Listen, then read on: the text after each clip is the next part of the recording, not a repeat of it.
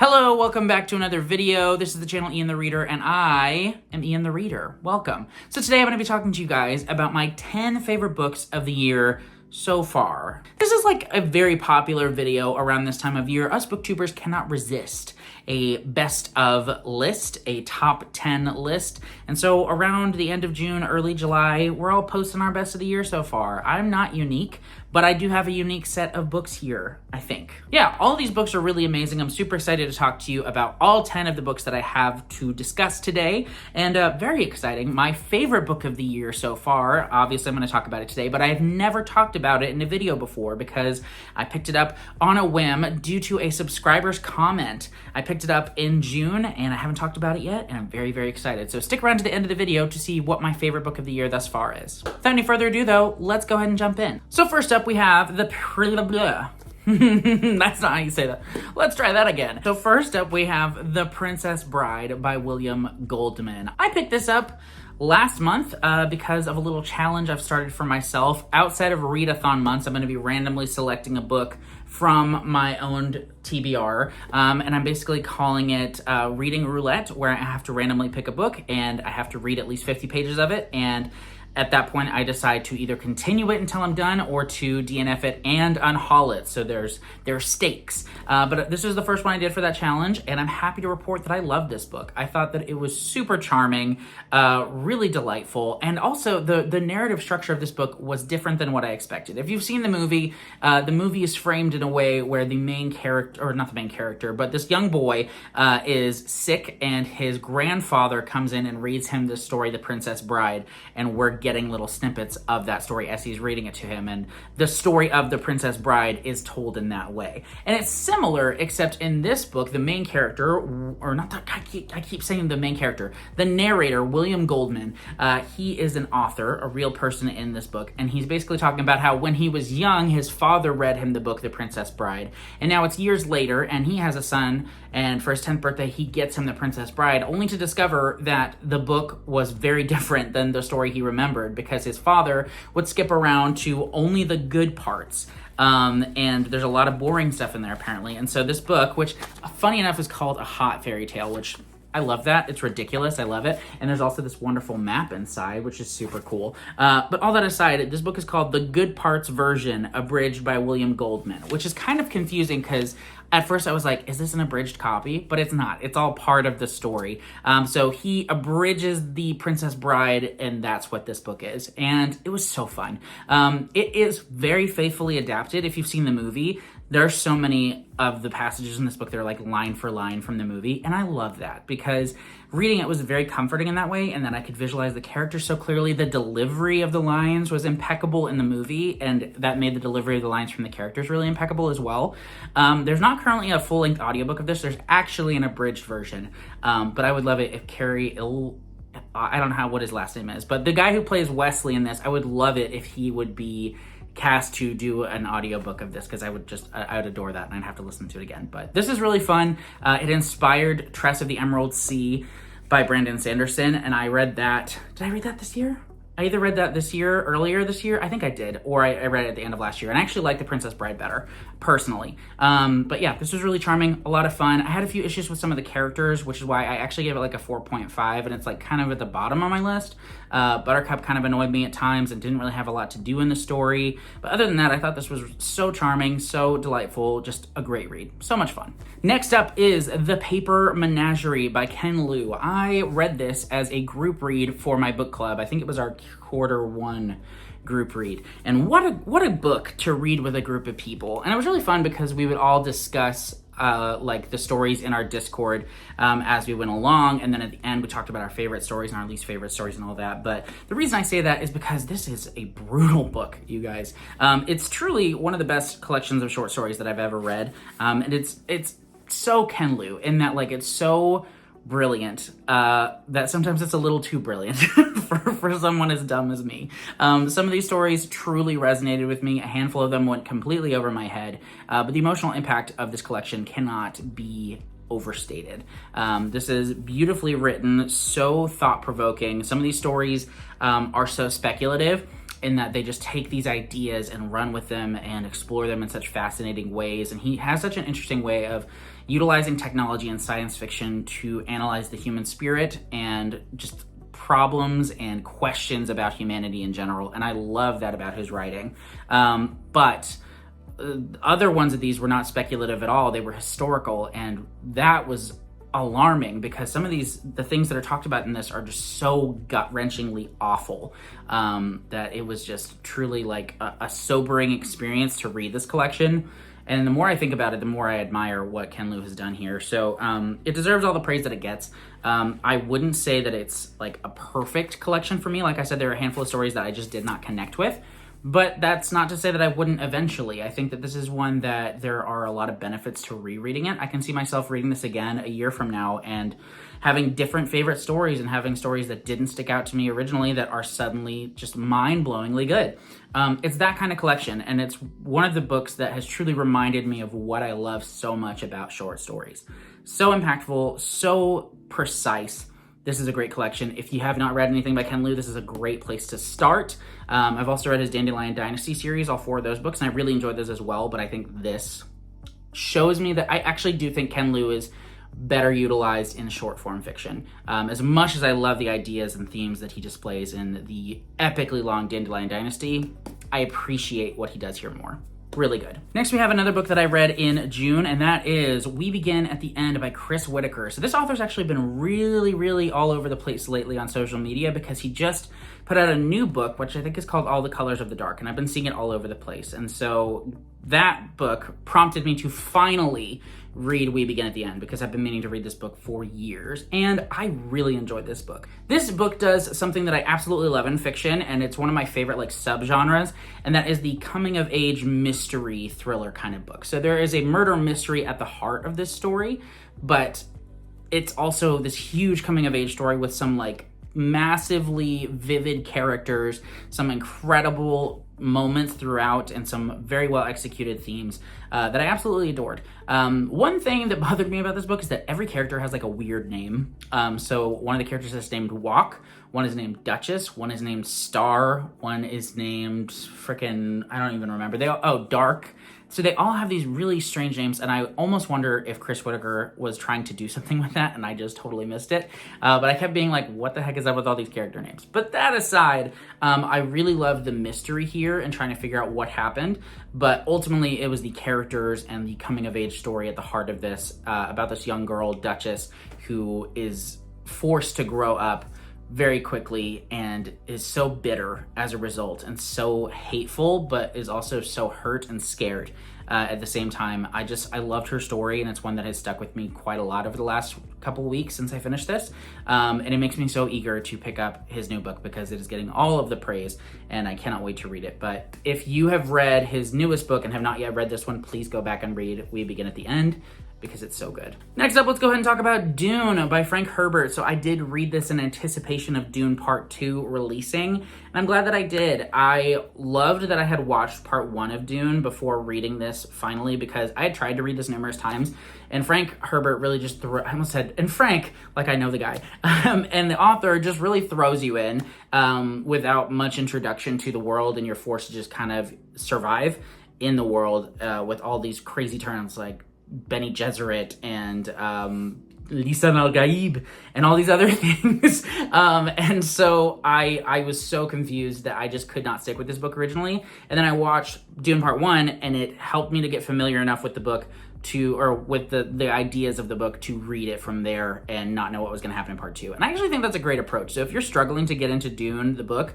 watch Dune Part 1, then read the book, then watch Dune Part 2, because it was great.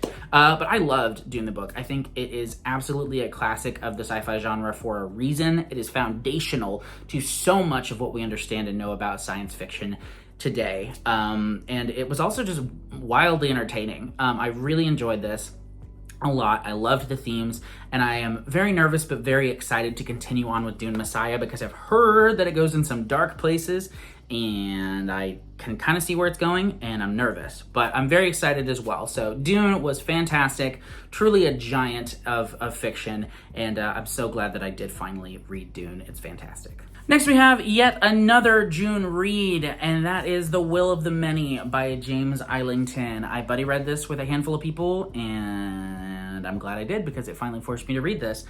Wow, this book is wild. So on its surface, this is very similar in some ways to Red Rising thematically. You've got this oppressed system of classes. We've got a character kind of starting from the bottom, but he has some secrets. And then he tries to kind of rise through the ranks through going to this like academy and being trained and da-da-da-da-da-da. But it does take it a few different steps further, I would say. So first of all, our main character here has secrets upon secrets. He's got secrets from certain people and other secrets from other people and some secrets from everybody. So I really enjoyed that quite a bit. And then the last quarter of this book is just insanity, and I still don't really know what happened. I've read some discussions of it, and I'm maybe starting to get it a little bit more, but it was also really well paced. Once I got into it, I would say it took me, and I don't think this is the book's fault, and that's why it really makes this list, because I did struggle to get into this at first, but I think it was me. I think it was just a timing thing with me not wanting to read a big old fantasy book at the moment. But once I got past like the 20% mark, I got through this in like a day and a half.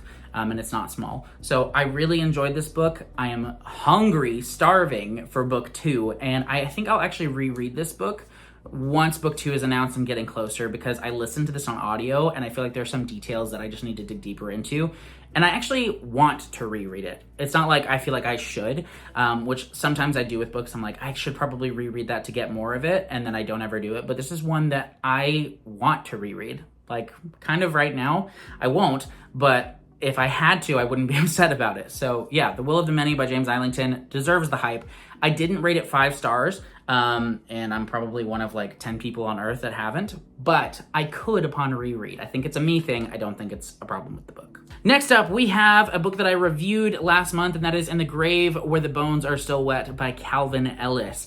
He is so kind and offered to send me a signed copy of the book, and I was hoping to have it in time for this video so I could just hold it up and show you how beautiful it is, but I couldn't wait any longer. So here I am, very excited to receive it in the mail because I loved this book. This is a great horror mystery following a supernatural investigator slash podcaster vlogger kind of situation, and man, it was just so good. Really compelling, really horrifying at times, some intense moments for sure, and then the last quarter of this book is also insanity, just like The Will of the Many was. So if you are looking for a horror mystery with some great characters, very well paced, and just like blows up at the end, please pick this up. I will link my review below if you want more of my thoughts, but this was a 5-star book for me, and I cannot wait for book 3. So excited. Let's go ahead and talk about the 2 Stephen King books that made it to my top 10 so far. You Like It Darker just barely didn't make the list. I cut it at the last second, and I could eventually change my mind on that, and it could end up, who knows, it could end up on my best of the year list.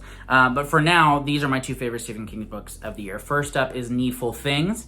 I love this book. It is massive, but it is so fun. It is set in Castle Rock. It's pitched as like the last Castle Rock story, which it's not. There have been more Castle Rock stories since. But I do think it's the last like full Castle Rock novel. And we've got a mysterious store that opens up called Needful Things, owned by a even more mysterious figure, Leland Gaunt. And it's wild. It's like an antique store, but not really. Every single person who walks in there, Leland Gaunt has the exact thing that they feel that they need to be happy, and will do absolutely anything to get their hands on. And it goes from there, and it's just freaking insanity. This book is wild. Like, so wild. One of Stephen King's most wild, like, off-the-wall, crazy things happening left and right kind of book that I've read, and I just had a blast with it. I started the year off reading this. I think it was, like, maybe the first book I finished. If not the first, it was very, very early in January, and I've been thinking about it a lot since. So this book is really heavy. I don't want to hold it anymore, but I love it. Go read it if you haven't already. And the other Stephen King book to make my top 10 of the year so far is, of course, The Dark Tower 7, which I love so much. And I've thought about like every week since I finished this book. Not quite every day, but pretty close. I love the Dark Tower series so much, and I have so many Dark Tower videos that I want to make soon, but there are a couple more books I want to read before I give out my like official personal reading order for the Dark Tower, and I will very soon, but I have a couple other books I want to read just to kind of see where I think they must go. But anyway, that aside, The Dark Tower 7 was beautiful and is a masterpiece in my personal opinion. I know that's kind of a hot take, but this is my favorite Dark Tower book. I loved it so much. The character moments in this broke my heart and blew my mind, and I loved the ending of it a whole stinking lot. And I know some people don't, but it totally worked for me. And The Dark Tower 7 is one of my favorite Stephen King books of all time. And it is one of the few books that I think is guaranteed to be on my best of the year list at the end of the year, because it was actually my favorite read of the year until about a week ago. So there you go. Last thing to talk about before we get to my favorite book of the year so far, and that is the series Dungeon Crawler Carl. If I had to pick one book, it'd probably be The Eyes of the Bedlam Bride, which is book 6, but it could also very easily be The Butcher's Masquerade, which is book 5, or the first book. This series is just a blast. I've talked so much about this series that I feel like I should just make one video, say everything I need to say about the series, and then never talk about it again, because I'm sure you guys are tired of hearing about it. I'm certainly not tired of talking about it. But guys, I literally thought to myself the other day, like 2 days ago, I was just sitting in my car driving, and I was like, man, I really wish I had a Dungeon Crawler Carl book to listen to right now. And I could totally start that series over this second and just have the time of my life. But I won't, because I need to read other things, I guess, but I don't want to. Not true, I do want to. But I love the Dungeon Crawler Carl series so much, I cannot wait for book 7. I'm so eager. But don't read it physically or an ebook, you chump. Go listen to the audiobook, because it's the best audiobook ever, aside from maybe Project Hail Mary. No. Okay, these and Project Hail Mary are the best audiobooks I've ever listened to. But so much fun, just crazy progression fantasy. Carl, a guy in boxer shorts and Crocs, and his cat Princess Donut have to travel through levels of a dungeon trying to survive an alien game show being televised to trillions of life forms. It's great. It's wonderful. Read it now. Please, please. It's so good. Okay, now that we have all that out of the way, it is time to tell you what my favorite book of the year so far is. Again, this was recommended to me, actually the author was recommended to me by one of my commenters a few months ago, and it's kind of been on my mind. And I randomly felt like picking up this book in June, and so I did, and it was so much better than I thought it was going to be. I cannot express to you how much I love this book. And the book I'm talking about is The Devil All the Time by Donald Ray Pollock. Yeah, okay, it's so out of left field, because I've literally never mentioned this book before in a TBR video or anything, because it was not on my radar really until this commenter brought it up. I've read over 90 books this year, and this is the best one. And what can I say about this book? Okay, so this is a gothic, southern thriller, crime, horror book, I guess. It's kind of hard to put in a box, because it's almost literary, it's almost like a thriller, it's almost horror, it's a lot of different things. But essentially we follow a wide cast of characters, and the story does a really interesting thing of jumping around between different plots, and you have like no idea how they're all connected for a while, but eventually they merge into the climactic finish of the story. But essentially, our main character is Arvin, who is a young boy at the start of the story, and his father and mother are loving. They have a great relationship, but then his mother gets cancer, and his father kind of loses it, and goes on this religious tirade of like trying to go to these extremes to save her life, thinking if he makes sacrifices, if he prays nonstop every single day and just like starves himself and deprives himself, then he's going to be able to save his wife's life. And also he forces his young son to do the same things. And the story progresses from there, and eventually we come to Arvin as an adult in the aftermath of everything that happened with his parents. And it goes from there. There's also a storyline following some serial killers who travel around the country doing some bad things. There's also a lot of other stuff going on, and there's so much to the story, and it's also quite short, so it's really impressive the way that Donald Ray Pollock was able to not only do all of these stories justice, but bring them together profoundly and execute his themes to perfection. Like, my gosh, this book is brilliant. And it's a book that I didn't realize how brilliant it was until I was almost done with it, and I was like, oh my gosh, this book is absolutely incredible. I could talk about this book for hours and hours, and I've watched a lot of videos on not only the book but also the movie, which is on Netflix. It has like Tom Holland, Robert Pattinson, Sebastian Stan, like a ton of different people. But all that aside, I really was impressed by this book, and I am itching to pick up another book by this author very soon. I think he only has 3 works published, but I'll read anything he writes. I thought this was absolutely brilliant. The Devil All the Time is the best book I've read all year, hands down, and I'm so glad that a subscriber recommended it to me. Thank you so much. I loved it. So good. So that's it. Those are the 10 best things that I've read all year. I know I cheated a little bit by putting Dungeon Crawler Carl's series in there, but I couldn't help myself because they're all so good and it's like one big story. So let me know in the comments what your favorite book of 2024 is so far. Of these, I think that a good portion of them have a chance of making it to my year-end list at the end of December, but we'll just have to wait and see. Let me know which of these sound interesting to you because I recommend all of them. So good. Thank you so much for watching. I'll be back very soon with my June wrap-up to go ahead and share the giveaway winners for the giveaway I ran throughout the month of June. I just wanted to get this out there first because there were so many books I read in June that I wanted to share with you all in my top 10 for the year so far. But that video will be coming very soon, so keep your eyes open. Thanks so much for watching. I'll see you next time. Bye.